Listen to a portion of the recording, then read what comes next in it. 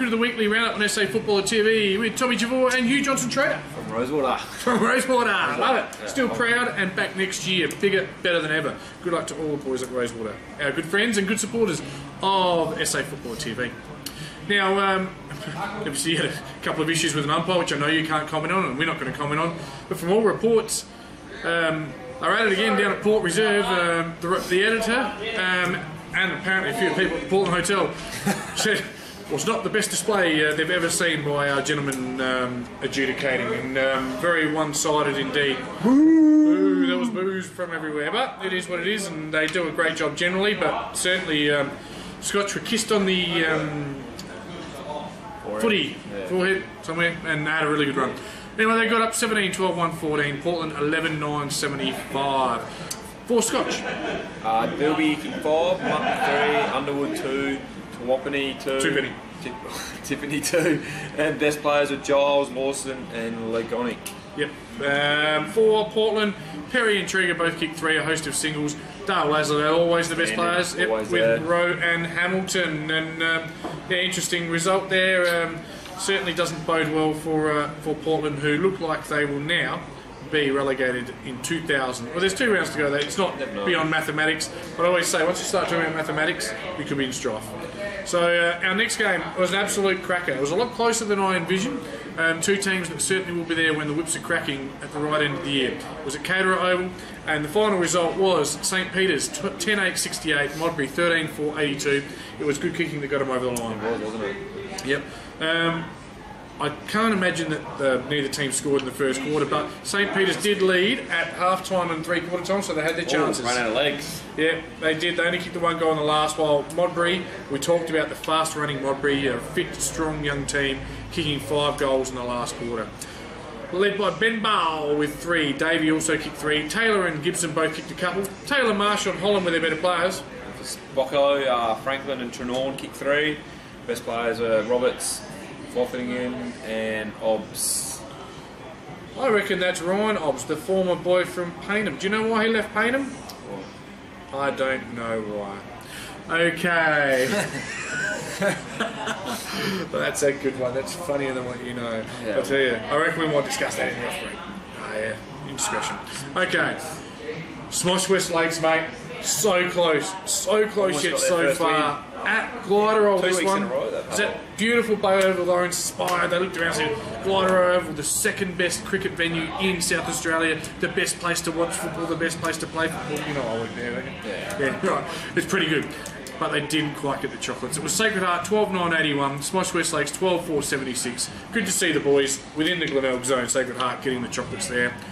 Parr kicked 3, Lockie Button, the former Glenelg player, was good to be home with 2. Fosdyke kicked 2. Better players, Button, Forster and Jordan. And Smosh, Thomas kicked 3, Zilly 2, Brown 2, Roberts 2, and best players are Payne, Thomas and Gates. Yeah, Smoshy, they can't take a trick. They've had the 1 win this year, but that was through a points stuff up, we'll call it. That's not too many points. Yep. Back then it might have been Broadview. Actually, they're not the only team to have done it. So Old Iggy's did it as well later in the year. But yeah, heartbreak for Kerry Payne and the boys.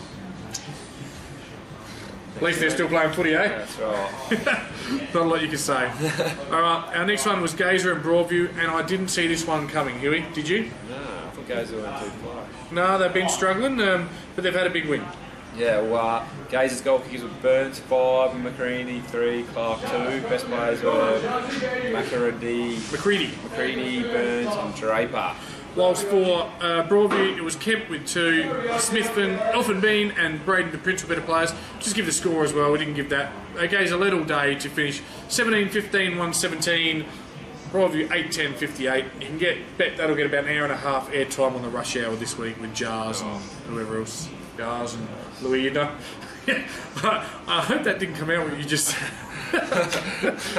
you just said a really mean word about Jars. Our last game, Still sound like players. yeah, I bet he did. This was the upset of the round for mine. It was Foss Camden. They came with the thunder in the last term. Foss Camden 16-8-104. Old Iggy's 8-16-64. So the same amount of scoring shots. They've had a 40-point win. Turned it on. Three-quarter time score, Hughey. Old Ignations by a point. And then 8 goals in the last quarter of Foss to 1. Absolutely sensational. Led by Jack Weir with 4. Ramsey and Cross both kicked 3. Williams with 2, as did Gordon, kicked a couple. Cross Williams and Ramsey with the better players. And old Iggy's are Gorman kicked 2, Cook kicked 2. Best players are Boyd, Christopherson and McNeil. Yeah, so a really good win there for Foss Camden, and they just started to come good at the right time of the year. Yeah, they're in finals now. They are in the finals position. Probably the most interesting division for the Goal Kickers Award, because with 2 rounds to go, there's 3 guys with their hands on the trophy. Yeah. They are Lockie Button from Sacred Heart on 49, Joe Bilby from Scotch on 47, and Lukey Trenorden from St Peter's on 47. I think all that from Old Iggy's on 36 too far back at this stage. The ladder, with 2 rounds to go, as you said, does make for some interesting reading. Modbury going to finish top. Modbury will finish top. Sacred Heart will finish second. Yeah, Spockos. Will finish third, probably. However, yeah, Foss just the 1 game behind St Peter's, but a great percentage. They're a big chance. And coming good too. Old Iggy's, who looked like they had an absolute lock on second or third, they've dropped down to 5th after dropping those games with points and could miss the finals. Gazer as well. Gazer in the mix, but how many games are left? 2. Just the 2 games left. Old Iggy's probably need to win one of their final 2 games, and they will play finals. Yeah, so round 17, certainly we move into round 17 with a lot of interest, don't we? And it will certainly tell the tale. Spock and Smosh at Caterer, you'd suggest Spock will be able to cement. Yeah, they'll be too strong. This is the one. Gazer, if they want to play finals, this is our match of the round, really. Yeah, they've got to beat Old Iggy's at Hunter Park. Old Iggy's coming off 8 goals, 16. Need to be more accurate, they need to be more efficient. Gazer going to get chockies. You think?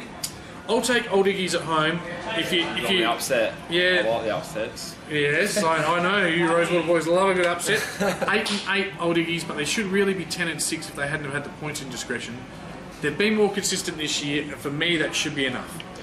Modbury, speaking of consistency, our producer said they won't lose a game all year. They lost 1, they won't lose another one. They'll get that easy against Broadview. Yep. Portland and Foss Camden, always a danger game down at Port Reserve, but Foss Camden's form as of late is as good as anyone's, and that 8-goal last week will have them buoyed to make the most, and I think they'll have a win. I'd like to see Portland win, but I think Foss will get the chockies. Yep. And our last game, Sacred Heart and Scotch at St Mary's Park. Sacred Heart for me. Scotch need to win this to play finals? Nah, no chance. Sacred Heart have been pretty good all year. I did hear Ian Steele say they've been cruel with injuries this year, so Sacred Heart for me as well, and I don't think they've got someone that can stop Lockie Button.